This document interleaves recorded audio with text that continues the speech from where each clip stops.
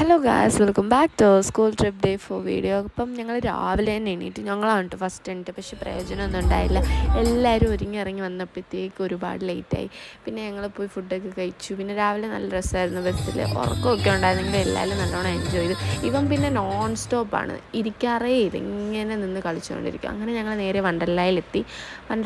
അകത്ത് വീഡിയോസൊന്നും ഞാൻ ഷൂട്ട് ചെയ്തില്ല, കാര്യം എൻജോയിൽ കുറവായിരിക്കും എന്നുള്ളതുകൊണ്ട് ഞാനൊന്നും ഷൂട്ട് ചെയ്തില്ല.